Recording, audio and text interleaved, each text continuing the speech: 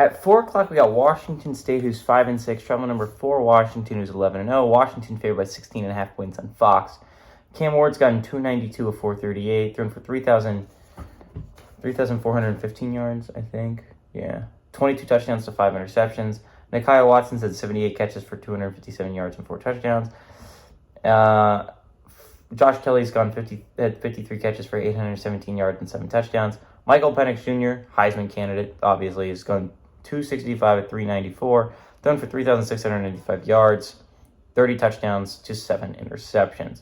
Dylan Johnson on the ground has had 152 carries for 879 yards and 11 touchdowns. Rome Odunze has had 66 catches for 1,206 yards and 11 touchdowns.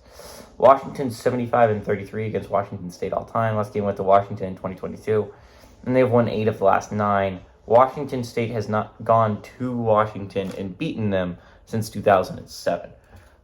This Washington State squad's a really interesting thing to talk about. They started 4-0. They look like a team that could compete for a Pac-12 championship. They looked awesome with Cam Ward at the helm. And then it all kind of started to fall apart. And they lost 6 in a row, including 1 to Arizona State. And it's like, oof. It was a rough way to end the year. They get a big win against Colorado last week. But again, that's Colorado, and it's not a very good football team. So this game's really interesting. Again, this is Washington State for bowl eligibility. It's a big game for them. It's a huge game for Washington, too. Chance to stay undefeated and heading into a big matchup against Oregon. That could be huge.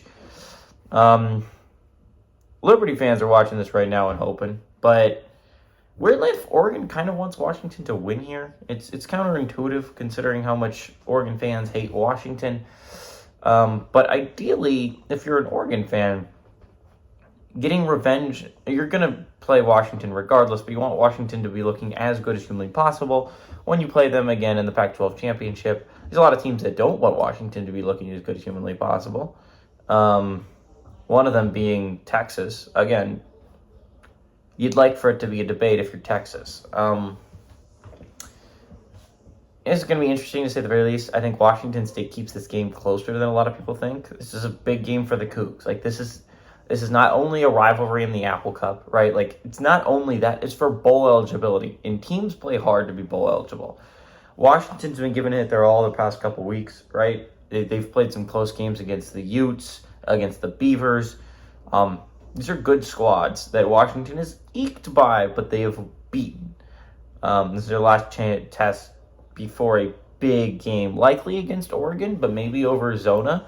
Who knows? But Washington's playing some impeccable football. Washington State really needs to up their game. I think they're going to make this a little bit of a slugfest. I do like Cam Ward to make some plays down the stretch to keep it closer than you'd like if you're a Washington fan.